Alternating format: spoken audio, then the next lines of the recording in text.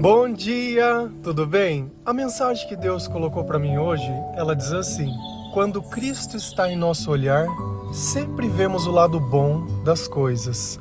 Senhor, tende misericórdia de nós. Perdoa, Pai, todos os nossos pecados, livra-nos de todo mal, nos afasta de tudo aquilo que não vem de Ti. Nós agradecemos, Senhor, por mais esse dia, pelo alimento, pela palavra, pela presença. Aceita, Senhor, essa nossa oração, esse nosso louvor, pois nós Te amamos, bendizemos, adoramos. Somente Tu é o nosso Deus e em Ti confiamos. Quando nós começamos a ter uma vida cheia do Espírito Santo, quando nós buscamos a presença de Deus todos os dias, quando o Senhor participa dos nossos pensamentos, nós temos a tendência de começar a olhar tudo o que acontece à nossa volta de uma forma totalmente diferente. Nós tentamos encontrar Deus em todas as coisas e usamos a sabedoria que está na Sua palavra para até mesmo as coisas que parecem que não nos favorecem ter um lado bom. Então, em tudo, nós encontramos um motivo para glorificar ao Senhor. Na nossa velha vida, nós costumávamos reclamar sempre que uma coisa dava errado. Hoje nós entendemos que Deus ele fala através das circunstâncias e que talvez aquele atraso não foi ruim, as coisas não acontecerem do jeito que você gostaria também não foi ruim, porque no tempo de Deus tudo acontece da forma mais perfeita. Se eu não sei esperar, é sinal que eu não tenho esperança. E se eu não tenho esperança, o Senhor não está comigo. E por que eu começaria uma nova jornada, um novo projeto ou qualquer nova coisa se Deus não está comigo? Será que não é melhor esperar a presença de Deus estar plena na minha vida? Esperar que o meu coração esteja tranquilo e em paz? Porque diversas vezes nós tomamos decisões quando o nosso coração está atribulado. A cabeça está quente, o sangue está fervendo, e depois dizemos coisas que não gostaríamos, agimos ou fazemos coisas também semelhantes, e depois de feito, muitas vezes não dá para desfazer. Então, para que me colocar numa situação que eu não tenho controle? Para que me colocar numa situação com pressa? Se Deus fala sobre eternidade, será que eu deveria estar me vendendo por um momento? Então nós criamos um conceito muito maior, não do momento agora, mas o momento da eternidade. E a vida cheia do Espírito Santo nos faz saber esperar e aproveitar a oportunidade de cada momento. E em tudo, existe algo bom e existe algo possível de se fazer quando nós olhamos e aprendemos com o Senhor. No nosso senso de imediatismo, que nós queremos tudo para ontem, a questão toda é, você está reclamando que não tem nada para colher, mas algum dia você já plantou alguma coisa? Então, ao invés de nós olharmos o problema, nós procuramos simplesmente a solução, e o tempo todo é assim. Não tenta entender por que aquela consequência está na nossa vida. Simplesmente amaldiçoa, simplesmente acha que é injustiça, e nem sempre é isso. Muitas vezes somos nós colhendo exatamente aquilo que nós plantamos. Se a gente vai lá em Tito 1, versículo 15 e 16, a palavra do Senhor ela diz assim: para os puros, todas as coisas são puras, mas para os impuros e descrentes, nada é puro.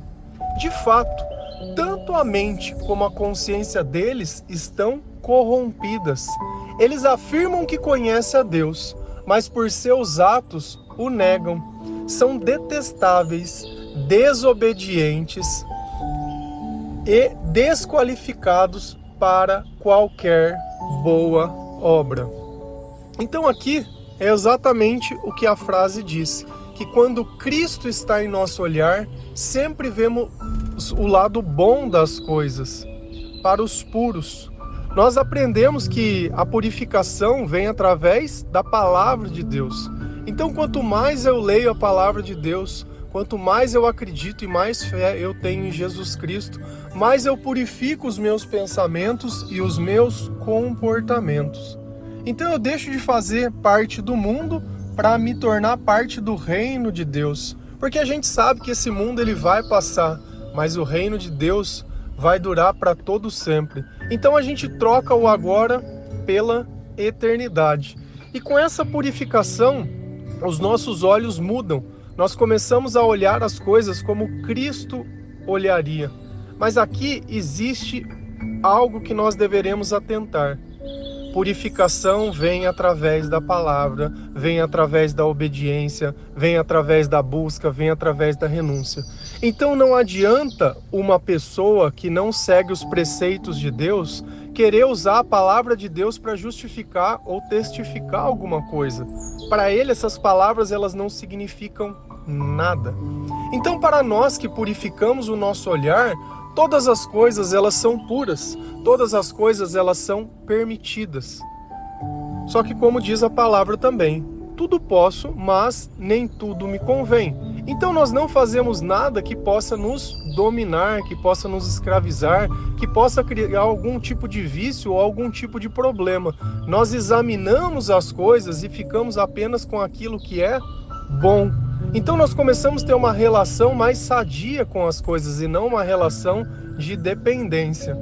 Então nós sabemos que para as pessoas puras, elas não vão procurar maldade nem malícia nas coisas. Elas vão procurar a verdade e o lado certo de todas as coisas. Mas aqui tem um outro ponto. Porque nessa vida sempre tem os dois lados. Não tem um lado neutro. Às vezes a gente olha e acha que esse não é assim, não é assado, então é puro. É porque eu não frequento a igreja ou porque eu sou ateu, então o diabo não existe. Se eu não estou do lado de Deus, eu já condenei o meu outro lado. Se eu não passei os meus pensamentos pela palavra de Deus para purificar, eu já sou impuro.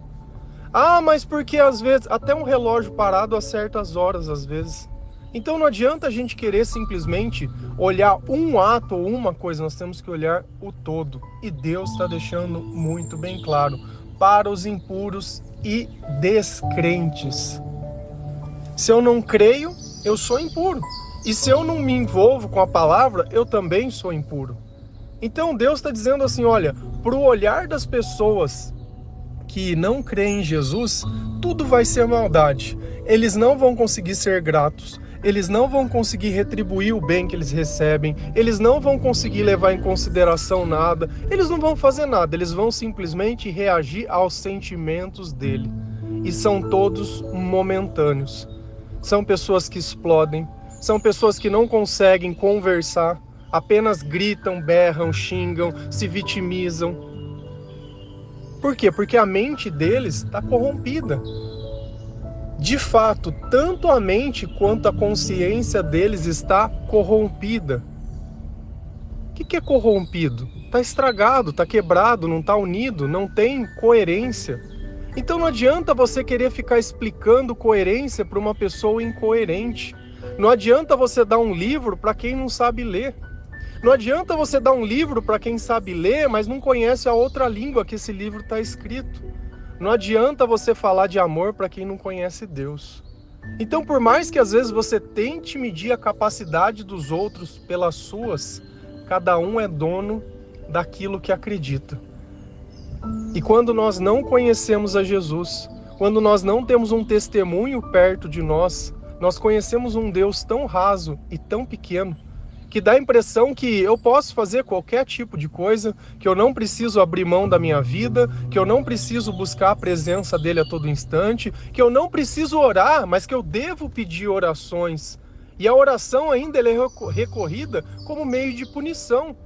Quantas vezes você já não assistiu nenhum filme que a pessoa vai num confessionário admitir a sua culpa e a punição dela é a oração? Para nós, a oração é instrumento de conversa diário, não é instrumento de punição. Então, olha como a relação está totalmente distorcida. Olha como isso não faz o menor sentido. Então, todas as vezes que Jesus saía ao deserto a orar à noite, ele estava sendo punido por alguma coisa? Ou ele só queria estar na presença de Deus onde ninguém pudesse atrapalhar? Enquanto nós não questionamos, enquanto nós não passamos aquilo que nós vivemos pela palavra de Deus para examinar se aquilo que nós conhecemos de Deus realmente é Deus. Será que aquele que tem me ensinado não faz parte dos falsos profetas? Porque o tempo inteiro a palavra de Deus ela é adulterada e distorcida. E Deus ele ensina isso na palavra. Ou você acha que isso só vai acontecer dentro da palavra e não fora dela? Que porque tem uma cruzinha na porta, todo mundo que está lá é gente de bem. E eu não estou dizendo que todo mundo que está lá é mal, aí é a pureza do olhar que eu falo. Mas não dá para você olhar a placa e simplesmente querer colocar todo mundo no mesmo barco. Também não dá para você olhar a placa e tirar todo mundo dele. Está dentro de cada um e nós reconheceremos isso pela palavra. Mas essas pessoas, elas têm a mente corrompida. E olha que interessante, eles afirmam, eles têm certeza, eles têm convicção que conhecem a Deus. Mas como eu sei se uma pessoa conhece ou não a Deus? Mas por seus atos o negam. Então quando eu olho uma cruz, eu não tenho que olhar a cruz, eu tenho que olhar o comportamento. Porque não é falar de Deus, é viver Deus. É a gente poder olhar a rede social da pessoa e ver Jesus.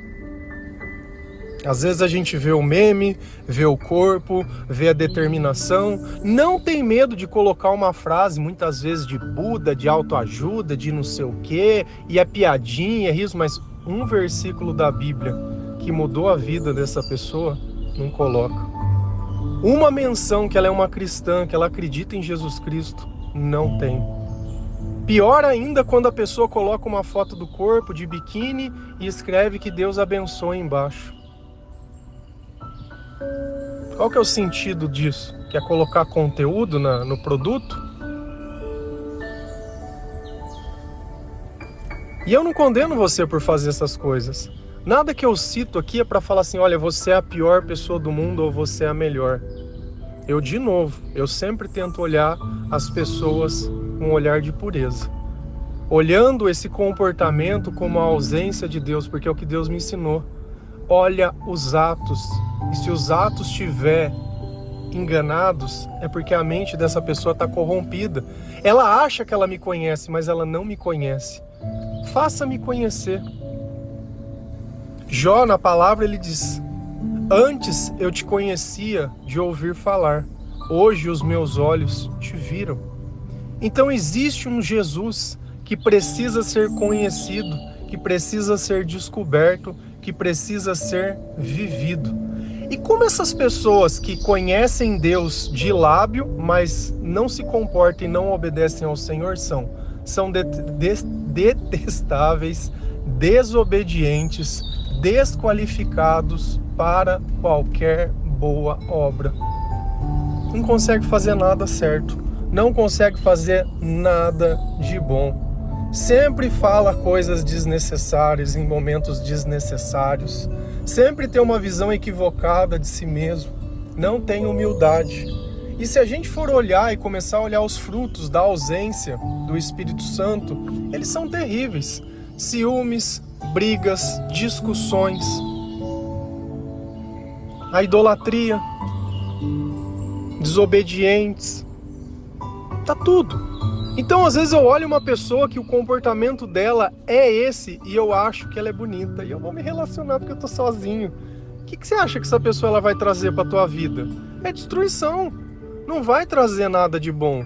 Porque a gente quer as virtudes de Deus sem Deus. Como que funciona isso?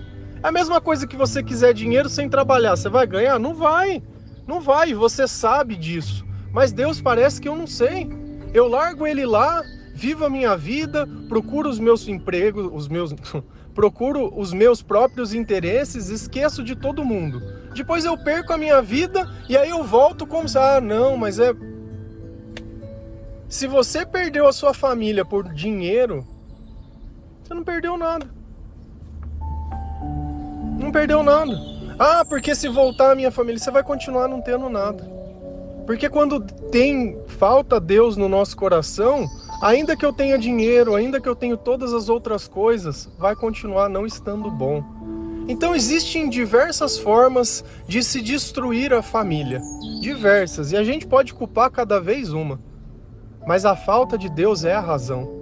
E na nossa inocência, na nossa arrogância, eu acho que se eu tivesse trabalhado menos, a minha família estaria lá. Ah, porque se eu tivesse feito isso, se eu tivesse feito aquilo, se... Onde estava Jesus na tua vida? Onde estava a pureza no teu olhar? Não teve nada. O tempo todo olhou, o tempo todo julgou, brigou, se divertiu só bebendo. Diversão é só isso, é enche a cara e enche a cara e enche a cara e só. Na hora do desabafo é com a Marília. Ei, Marília, vamos na sofrência. É só isso. Não tem arrependimento, não tem autocontrole, não olha a vida de novo, não faz nada. É sempre dobrando a meta e a aposta. Tudo que aumenta na tua vida é o tamanho da dose. Aí vê que comeu demais e fez demais, começa a procurar atalho. Ah, vou tomar remédio, vou não sei. E é sempre essa vida descontrolada, sempre procurando uma solução mágica. Se você não passar pelo ciclo de arrependimento, se você não parar de negar a Cristo, colocar Jesus num espaço na tua vida, começar a ler a palavra de Deus, permitir que ela te purifique, que ela mostre os teus erros, que você reconheça que você não é perfeito ou perfeita, que você se arrependa. E arrependimento não é para as coisas voltem a ser como antes, não, porque se antes não tinha Deus, para que você quer voltar para trás?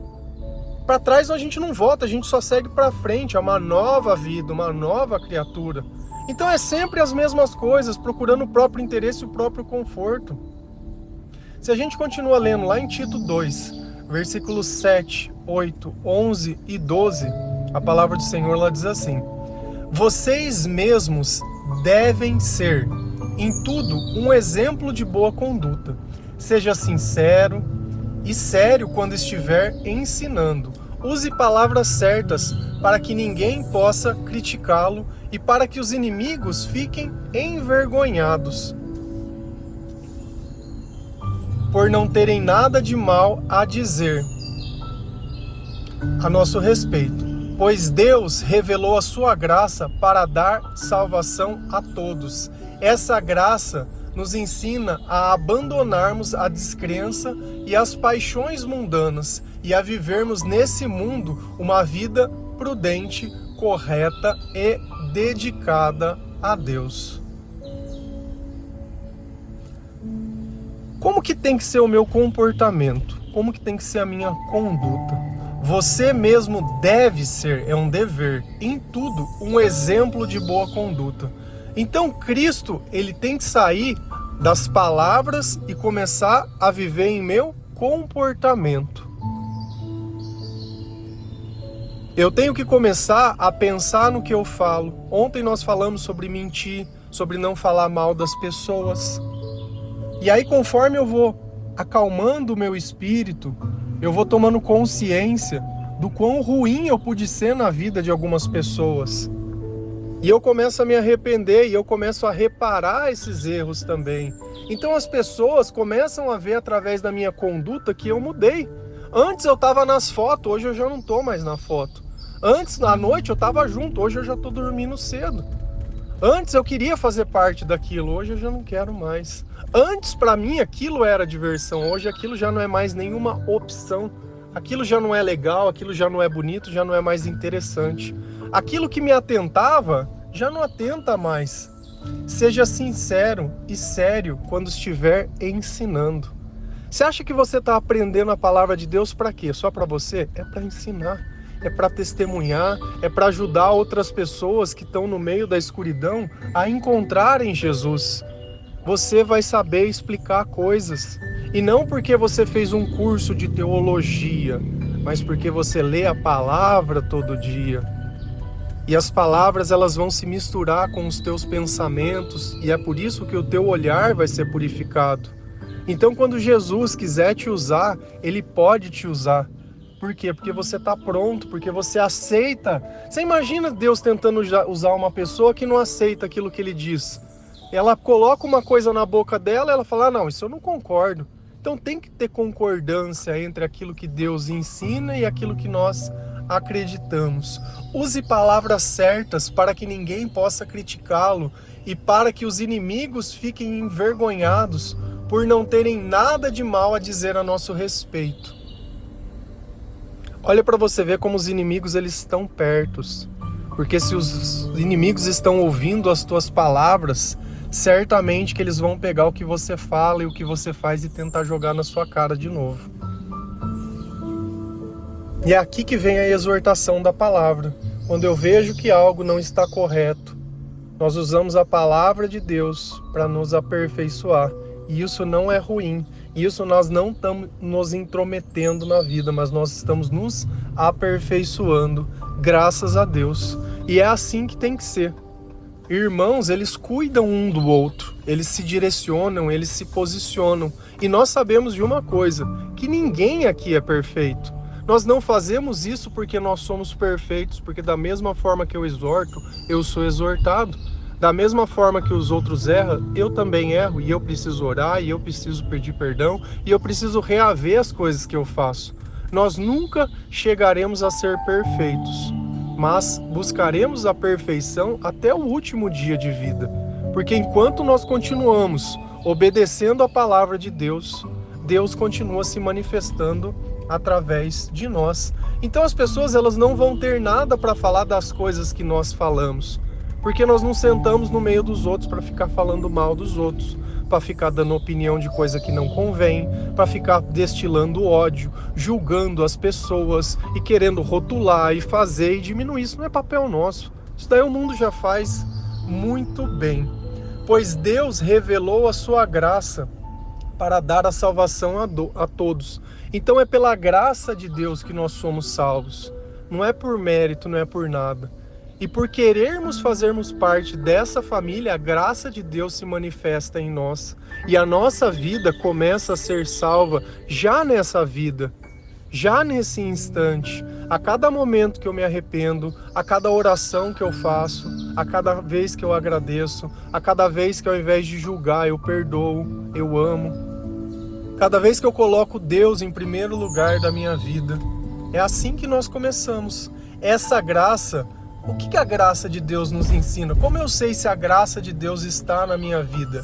Essa graça nos ensina a abandonar a descrença e as paixões mundanas e a vivermos nesse mundo uma vida prudente, correta e dedicada a Deus. Então, se a gente começar de trás para frente, dedicação, ser dedicado, é alguém que faz todo dia.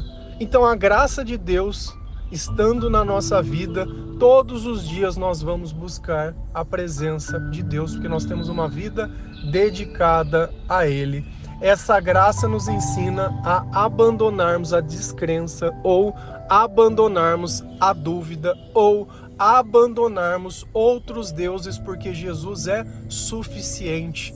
Então eu não preciso ficar frequentando diversos tipos de cultos, diversos tipos de crenças, fazendo um mix fight de religiões e coisas para que eu sinta que eu tenha um Deus. Não, Jesus é o suficiente. Então eu tiro a descrença da minha vida, por quê? Porque a graça de Deus abundou. Aonde tinha mais pecado foi lá onde a graça mais foi derramada, porque onde tinha mais necessidade. O que mais que a graça faz na minha vida? Ele faz que eu abandone as paixões mundanas. Então aquela vida que eu vivia sem Deus já não serve para mim. Aquelas pessoas que vivem essa vida também já não servem para mim. Não é lá que eu vou me relacionar. Isso não quer dizer que eu estou excluindo as pessoas, mas quer dizer que a graça de Deus não me quer num lugar desse. Se você tivesse um filho ou uma filha, você ia gostar que essa menina ela trabalhasse dentro de um bordel? É lá que você cria um filho, que você tira o teu salário, tira as coisas para pôr lá. Esse é o sustento que você espera? Esse é o sonho? Não é. Então tem lugar que Deus diz que aquilo é como se fosse uma prostituição. Eles se prostituíram, é a mesma coisa, é a mesma analogia. Mas quando é para nós, nós conseguimos enxergar que isso não é bom. Mas quando é nós fazemos, não conseguimos ver a maldade. Nós vemos a maldade nos outros, mas não vemos a maldade que está na própria vida. Olha como a cegueira, ela é total. Então aquilo que nós não queremos para uma criança, ou aquilo que nós não queremos para as pessoas que nós amamos, nós também não devemos querer para os outros. É exatamente assim. E vivemos nesse mundo uma vida prudente e correta. Então nós vamos tentar fazer o certo do jeito que Deus ensina. Tirar um pouco o pé do acelerador, tirar um pouco essa busca, sabe, essa obsessão por certas coisas. O sucesso, ele não vai vir desse jeito, o relacionamento não vai vir desse jeito. Vai num supermercado com fome fazer compra e vê quantas coisas desnecessárias você não acaba comprando. Porque a necessidade, ela dá um senso maior para todas as coisas. Mas a tranquilidade que só Deus dá dentro do nosso coração, você vai ver que 90% das coisas que você acha que você precisava, você não precisa. Porque você não é uma metade. Com Jesus você se torna um inteiro. Amém? Que Deus abençoe cada um de vocês. Que o Senhor possa tocar o seu coração, purificar o seu olhar, que a sua mente não esteja mais corrompida, que você leia a palavra de Deus todos os dias, que você tenha uma vida dedicada ao Senhor. Pare de ver só as coisas negativas, começa a ver as coisas boas. Ao invés de reclamar, começa a agradecer. Presta atenção em tudo, principalmente no que você tem feito e no que você tem falado e a forma que você tem se comportado. Porque se você não reflete a imagem de Cristo, você está refletindo a imagem de outra coisa que você sabe o que é. Amém? Que Deus abençoe cada um de vocês. Feliz a nação cujo Deus é o Senhor. Um bom dia.